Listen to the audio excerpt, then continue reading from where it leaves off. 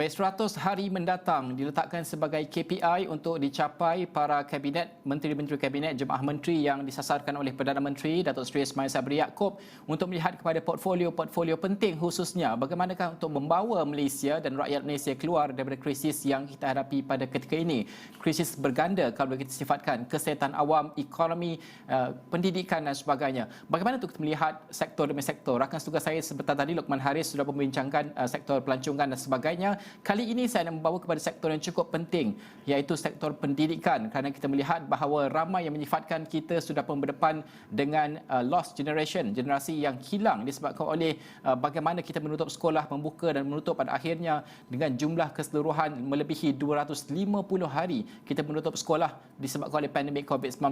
Pengurusan-pengurusan ini dan bagaimanakah untuk kita menyaksikan reset, untuk kita ubah semula sistem pendidikan kita pada ketika ini dengan cabaran yang kita hadapi pada ketika ini. Saya nak bersama dengan tetamu saya pada jam ini, Dr. Anwar Ahmad, Pensyarah Pusat Kajian Pendidikan dan Kesejahteraan UKM yang bersedia pada ketika ini. Assalamualaikum Dr. Anwar. Terima kasih kerana bersama kami pada jam ini.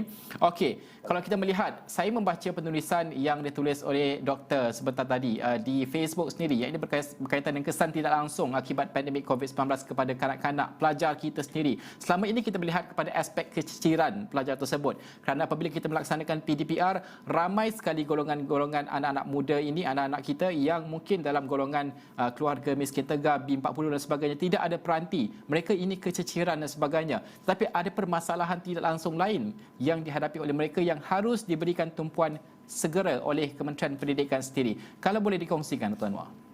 Baik, terima kasih Saudara Najib. Yang pertama sekali kita harus melihat dari segi data sains kesihatan menunjukkan bahawa kanak-kanak adalah kumpulan yang berisiko rendah dari segi kesan terhadap COVID-19 ini berbanding dengan orang dewasa. Jadi selama ini, hampir 2 tahun ini, kita memberi fokus kepada pengurusan COVID-19 kepada orang dewasa, vaksinasi dan sebagainya. Satu segmen yang mungkin kita harus lihat adalah kanak-kanak atau murid-murid sekolah kita yang hampir seramai 5 juta orang ni, mereka mungkin tidak terdedah kepada kesan langsung jangkitan COVID sebab mereka mempunyai pertahanan badan yang lebih kuat. Tetapi mereka menerima kesan tidak langsung daripada COVID-19 ini yang sebenarnya tidak kurang bahayanya kepada mereka. Kajian-kajian peringkat antarabangsa telah mengenal pasti ada 3 kesan kepada murid-murid ataupun anak-anak kita apabila COVID-19 melanda. Yang pertama adalah kesan dari segi akademik, pendidikan mereka disebabkan oleh sekolah yang ditutup. Jadi mereka tidak dapat melaksanakan sistem pembelajaran mereka dengan baik. Yang keduanya adalah dari segi emosi, tekanan perasaan, stres, kemurungan. Itu masalah yang sebenarnya cukup besar. Yang ketiganya adalah dari segi fizikal.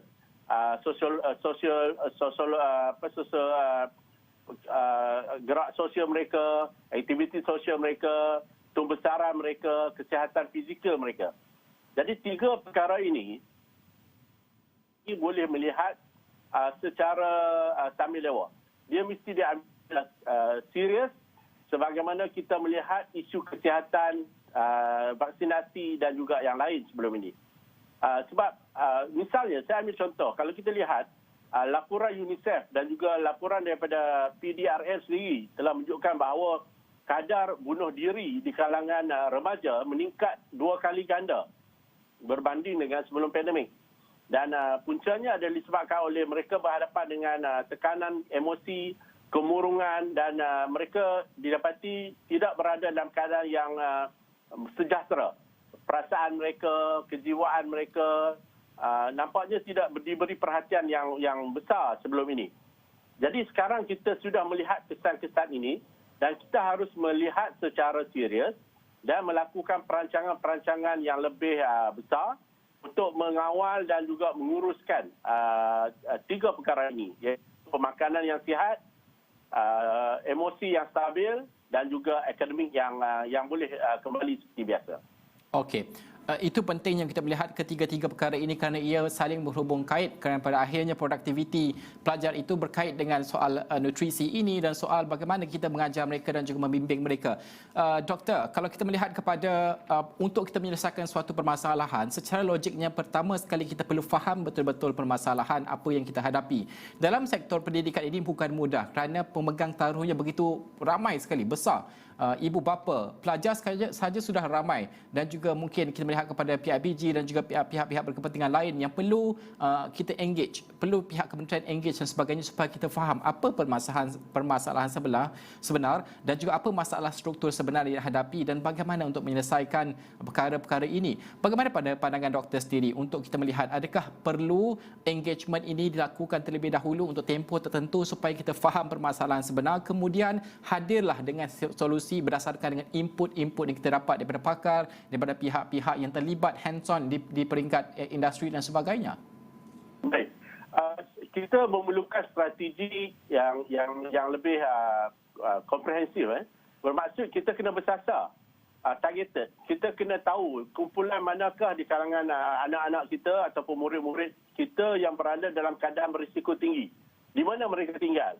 Siapa ibu bapa mereka? Umur mereka di tahap mana?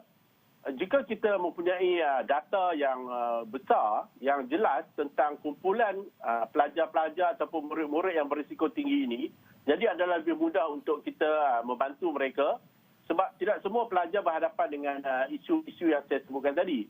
Ada pelajar-pelajar atau murid-murid yang berada dalam keadaan yang baik, ya, walaupun mereka berhadapan dengan pandemik ini. Tetapi ada kumpulan-kumpulan pelajar yang kita sebut sebagai rentan pendidikan. Mereka sangat terkesan. Ada di antaranya yang sudah hilang motivasi untuk meneruskan pendidikan mereka. Mereka ingin berhenti sekolah. Ada yang misalnya berada dalam keadaan yang sangat tertekan disebabkan oleh ibu bapa mereka mungkin telah bercerai, ibu bapa yang hilang pekerjaan dan pendapatan. Ada pelajar-pelajar atau murid yang mengalami masalah nutrisi, pemakanan dan sebagainya. Jadi pada peringkat awal ini, pada saya KPM adalah pihak yang sangat mempunyai kekuatan untuk mengumpulkan data-data yang menyeluruh tentang kumpulan-kumpulan ataupun pelajar-pelajar yang boleh kita lihat sebagai sasaran untuk kita bantu mereka. Doktor, bukan sahaja kepada pelajar, ibu bapa tersebut kita boleh berikan tumpuan kurikulum dan sebagainya. Namun tenaga pengajar, guru ini kerana mereka berdepan tekanan juga bagaimana untuk melaksanakan PDPR, itu salah satu. Kalau sebelum ini pun, sebelum pandemik pun mereka berdepan dengan soal tentang pengagihan tugas di dalam kelas dan juga soal-soal administration, pentadbiran dan sebagainya. Kali ini lebih mencabar tugas mereka untuk mendapatkan, untuk memastikan pelajar itu dapat silibus, belajar dan sebagainya, PDPR dan sebagainya. Apa permasalahan utama yang mungkin disuarakan oleh komuniti pendidikan yang harus diangkat dengan segera oleh Kementerian Pendidikan sendiri? Baik, saya setuju. Dalam keguruan kita ada dua beban ataupun dua tanggungjawab yang menjadi amalan kepada guru-guru. Satu yang kita panggil sebagai pengajaran dan pembelajaran. Maksudnya mereka menjadi guru untuk meneruskan proses PDP. Yang keduanya mereka melakukan kerja-kerja pengurusan. Dalam banyak perbincangan dengan guru-guru, saya lihat mereka bersedia dan mereka telah pun melakukan banyak inovasi dan kreativiti untuk memastikan pengajaran dan pembelajaran berjalan.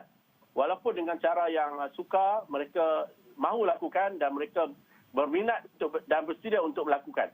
Yang menjadi banyak keluhan di kalangan guru-guru adalah dari segi pentadbiran. Misalnya mereka terpaksa menguruskan berbagai bentuk pelaporan, borang dan sebagainya yang dilihat sebenarnya tidak membawa kepada maksud meningkatkan proses pengajaran dan pembelajaran, tetapi sekadar untuk memastikan bahawa pelaksanaan pengurusan itu berjalan.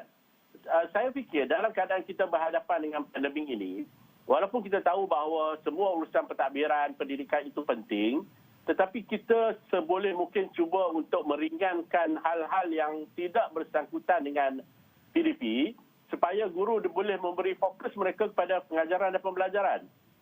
Untuk pengetahuan Najib dan penonton-penonton, sebenarnya seorang guru yang melaksanakan PDP secara PDPR ini bebannya sangat-sangat besar berbanding dengan PDP bersemuka yang kita amalkan di sekolah. Dari segi persediaan mereka, kos yang mereka terpaksa keluarkan, apabila pelajar-pelajar yang tidak dapat masuk ke dalam kelas-kelas mereka, mereka terpaksa melakukan follow up, mereka terpaksa mencari pelajar-pelajar itu dan membantu pelajar-pelajar di luar waktu kelas yang sepatutnya. Ini semua telah dilakukan oleh guru-guru kita di Malaysia. Jadi pada saya, untuk memastikan bahawa PDPR itu berkesan, kita tidak boleh lagi membebankan guru-guru dengan urusan-urusan pentadbiran yang pada saya boleh dikurangkan apabila kita melakukan desentralisasi kepada pihak sekolah untuk melaksanakan segala urusan pentadbiran itu, bermaksud pengetua dan pengurusan sekolah yang membuat segala urusan-pengurusan kepada pihak PPD, JPN dan KPM. Manakala guru-guru hanya perlu melaporkannya kepada pihak sekolah saja. Semua perkara-perkara yang telah mereka lakukan dan direkodkan. Okey, Doktor tunggu di talian kerana kita pada ketika ini ingin membawakan visual secara langsung. Saya kira adalah dua kementerian ataupun dua menteri yang memasuki kementerian masing-masing. Pertama sekali Kementerian Kesihatan Malaysia, YB Khairy Jamaluddin sudah pun tiba di pejabat, clock in untuk memulakan tugas pertama pada waktu ini. Kalau kita boleh dapatkan visualnya pada ketika ini, wartawan kami Ridauddin Daud masih berada di sana. Ini adalah visualnya pada ketika ini. Itulah norma baru kemasukan scan MySejahtera dan juga kita akan menantikan akan adakah sebarang apa yang akan diperkatakan ataupun tidak, dan ini adalah simboliknya kalau boleh kita perkatakan pada kali ini adalah sesi bergambar. Kita juga melihat bahawa Ketua Pengarah Kesihatan Tan Sri Dr. Nur Hisham Abdullah juga berada di sebelah Menteri YB Khairy Jamaluddin, dan untuk pengetahuan semua, portfolio KKM pada kali ini disandang oleh Khairy Jamaluddin dan juga tugasnya lebih berat pada kali ini bukan sahaja mengawal ataupun membantras COVID-19, namun tugas-tugas imunisasi vaksin COVID-19 juga kini tertakluk di bawah bidang kuasa KKM juga. Bukan itu sahaja, tumpuan kami di Sarawak ini juga melihat kepada tugas KKM untuk memastikan keadaan baharu, iaitu bagaimana cara kita untuk hidup bersama dengan COVID-19 yang akan menjadi endemik mungkin, dan ini semua adalah tugas-tugas berat yang akan dipikul oleh Khairy Jamaluddin selepas ini. Okey, bukan itu sahaja, di Kementerian Belia dan Sukan juga Datuk Seri Ahmad Faizal Azumu juga dikatakan sudah pun tiba pada ketika ini. Okey, kalau boleh kita bawakan visualnya sebentar saja lagi, juga dipahamkan sudah tiba pada ketika ini di Kementerian Belia dan Sukan. Ini cukup signifikan kerana pada masa kita membawakan atlet Paralimpik kita yang masih lagi bertarung, kalau kita sifatkan di peringkat antarabangsa di Tokyo, dengan 2 pingat sudah pun kita dapatkan dalam powerlifting, iaitu 1 pingat emas dan juga terbaru hari ini pingat perak yang kita raih pada hari ini. Inilah signifikannya untuk kita melihat seorang Menteri Baru Kementerian Belia dan Sukan, pelbagai isu dan juga cabaran sudah pasti dihadapi oleh beliau sendiri, kerana kita melihat ini tempoh-tempoh yang sukar untuk Kementerian Belia dan Sukan, kerana apabila pandemik ini berlaku, kita melihat sektor sukan antara yang terjejas, latihan juga terganggu, dan juga pencapaian kalau kita boleh sifatkan dalam Olimpik di Tokyo baru-baru ini juga, kalau dibandingkan dengan ketika prestasi di Rio juga berhadapan dengan sedikit cabaran. Itu juga adalah realitinya pada ketika ini. Bagaimanakah penambahbaikan ini akan terkandung dalam mungkin portfolio dan juga tugas utama seorang Menteri Belia dan Sukan pada waktu ini, pada waktu pandemik pada ketika ini, dan juga sudah pasti bagaimanakah kita meraihkan pencapaian atlet Paralimpik kita buat ketika ini yang masih lagi berada di Tokyo. Bukan itu sahaja, malah secara keseluruhan gambaran besar untuk sektor sukan itu sendiri bergerak ke hadapan. Bagaimana untuk kita memastikan bahawa prestasi kita dan juga program-program sedia ada sama ada diteruskan dan juga diperkasakan, ini semua akan kita lihat di bawah kepimpinan Datuk Seri Ahmad Faizal Azumu yang memulakan tugas rasmi pada hari ini. 100 hari mendatang sudah pasti adalah tumpuan utama untuk beliau sendiri membawa tugasan yang cukup berat bagi KBS sendiri dalam tempoh yang sukar pada ketika ini. Dan kami akan mendapatkan beberapa visual yang lain juga untuk menteri-menteri memasuki pejabat pada hari ini. Itu antara dua yang kami bawakan pada jam ini. Saya nak membawa kembali perbincangan bersama dengan Dr.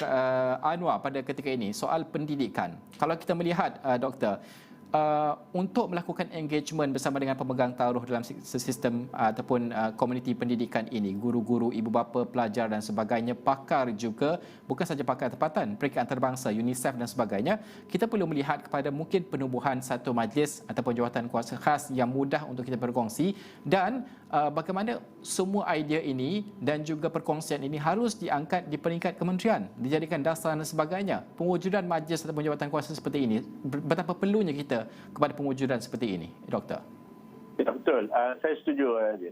Apa yang berlaku sejak 2 tahun yang lepas, kita dapat keluhan misalnya daripada pihak NUTP sendiri, itu Kesatuan Guru-Guru, yang kepimpinan UTP mengatakan bahawa mereka tidak dibawa berbincang dalam membuat banyak perbincangan di peringkat KPM. PIBG juga begitu. Saya fikir sudah tiba masanya untuk KPM melihat pengurusan pendidikan ini bukan hanya terikat kepada KPM, tetapi ini adalah satu tugas bersama seluruh rakyat Malaysia untuk memajukan sistem pendidikan negara. Termasuk juga pengkaji-pengkaji pendidikan di universiti, ibu bapa yang mempunyai kemahiran tinggi dan sebagainya harus dibawa bersama, duduk dan berbincang, dan penubuhan sebuah majlis tindakan pendidikan negara itu sangat-sangat diperlukan dalam keadaan masa kini. Misalnya kita selalu mendengar tentang majikan ataupun pihak sektor swasta menuntut supaya graduan kita supaya lebih kompeten, lebih selari dengan serasi dengan keperluan dan kehendak industri. Tetapi mengapa perkara-perkara itu kita tidak masukkan dalam kurikulum kita? Itulah perkara-perkara yang harus kita bawa berbincang di dalam Majlis Tindakan Pendidikan Negara, di mana dianggotai oleh pegawai-pegawai kepimpinan Kementerian Pendidikan, oleh ibu bapa, oleh Kesatuan Guru, oleh pakar-pakar pendidikan, juga mungkin penilai-penilai daripada luar, di peringkat luar negara, untuk kita sama-sama duduk dan melihat isu-isu pendidikan. Saya fikir pendidikan bukan lagi seperti 10-20 tahun yang lalu. Pendidikan kita telah berubah dengan cukup pesat, drastik, dan jika kita menunggu 5 tahun, 10 tahun untuk membuat perubahan-perubahan dalam kurikulum, kita sebenarnya sudah ketinggalan. Sekarang ini perubahan berlaku antara 3 hingga 5 tahun atau mungkin kurang daripada itu. Jadi perubahan dalam kurikulum, cara kita berfikir, cara kita bertindak, dan juga cara kita mencapai kesepahaman antara ibu bapa, guru-guru, pemain industri, pihak Kementerian Pendidikan, pakar-pakar pendidikan, ini harus diselarikan supaya kita dapat mencapai satu kesepakatan. Dan apabila KPM melaksanakan semua agenda-agenda pendidikan, agenda itu adalah agenda bersama, milik semua, seluruh rakyat Malaysia. Seperti yang disebut oleh Ahmad Berhormat Perdana Menteri, keluarga besar Malaysia. Okey, kalau kita melihat bahawa keadaan semasa pada ketika ini, Doktor, Kementerian Pengajian Tinggi juga memainkan peranan yang cukup penting sekali. Kerana kita melihat kadar pengangguran kita pada Jun lepas saja 4.8%. Ini yang ada dalam industri yang sudah pun dibuang kerja dan sebagainya. Maka dalam keadaan kita memulihkan ekonomi akan mengambil masa bertahun, 3 ke 4 tahun untuk kita kembali menempatkan mereka dalam industri. Ini mereka yang dalam industri sudah. Maka siapa yang bakal kita lahirkan daripada institusi pengajian tinggi ini, haruslah kita perhatikan bagaimana untuk kita reset, ubah semula struktur ini supaya tidak berlaku mismatch dan sebagainya, dan kualiti itu dijamin. Pengajian tinggi ini, apa cabaran utama, apa yang perlu diberikan tumpuan untuk mengubah supaya apa yang kita lahirkan itu bersesuaian dengan industri pada ketika tempoh sukar pada ketika ini?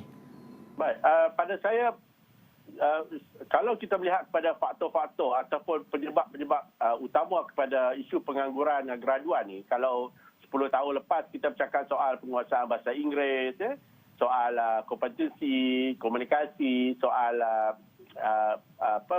peribadi, lebih kepada personality belajar. Tetapi kalau kita lihat di peringkat antarabangsa, kita membaca bahan-bahan atau kajian-kajian berkaitan dengan pekerjaan dan pendidikan, kita tahu bahawa sektor pekerjaan berubah dengan cepat. Apa yang mungkin dilatih di universiti 5 tahun lepas, mungkin lagi 5 tahun sudah tidak relevan lagi. Kita sudah lihat bagaimana sektor pekerjaan kita berubah dengan cukup pesat, sehingga kita tidak membayangkan dulu misalnya pesanan makanan boleh dibuat dengan segitu segera. Hari ini kita dapat membeli semua jenis makanan dengan segera. Begitu juga dengan pengangkutan dan sebagainya. Jadi saya fikir isu besar dalam sektor pendidikan tinggi adalah sejauh mana pendidikan tinggi dapat memberikan graduan yang fleksibel, yang cara ataupun ilmu pengetahuannya itu dinamik, dan mereka boleh berdiri di atas kaki sendiri apabila mereka telah selesai daripada universiti. Hari ini kalau kita bercakap, ramai graduan yang bukan dalam bidang mereka bekerja dalam sektor yang lain. Misalnya ada ramai misalnya dalam bidang sains sosial berkhidmat di bank dan sebagainya yang dahulunya hanya mungkin dimonopoli oleh kumpulan pelajar daripada graduan ekonomi atau pengurusan perniagaan, perikanan dan sebagainya. Jadi saya fikir universiti kena duduk kembali, macam sebut oleh Saudara Najib tadi, reset perlu dilakukan segera kehadap semua ilmu-ilmu yang mereka tawarkan di universiti. Betul, kita ada ilmu teras yang kita tidak mahu diubah. Tetapi ilmu-ilmu kemahiran, ilmu-ilmu yang berkaitan dengan apa yang diperlukan oleh majikan itu perlu diselarikan dengan keperluan-keperluan industri. Ataupun kita akan melihat lebih ramai graduan kita akan menganggur. Bukan disebabkan mereka tidak baik, kualiti pendidikannya bagus. Tetapi dari segi kemahiran dan juga pengetahuan mereka mungkin sudah ketinggalan berbanding dengan pasaran. Okey, Dr. Anwar, terima kasih kerana meluangkan masa bersama dengan kami pada jam ini. Kalau kita berbincang sektor pendidikan ini di peringkat rendah maupun di peringkat tertiary ataupun perengganjian tinggi ini memang tidak cukup masa. Ini kita akan mengambil masa untuk kita bincang dari masa ke masa bersama dengan pakar-pakar untuk kita melihat bagaimana tugas mereka pada ketika ini. Terima kasih Dr. Anwar.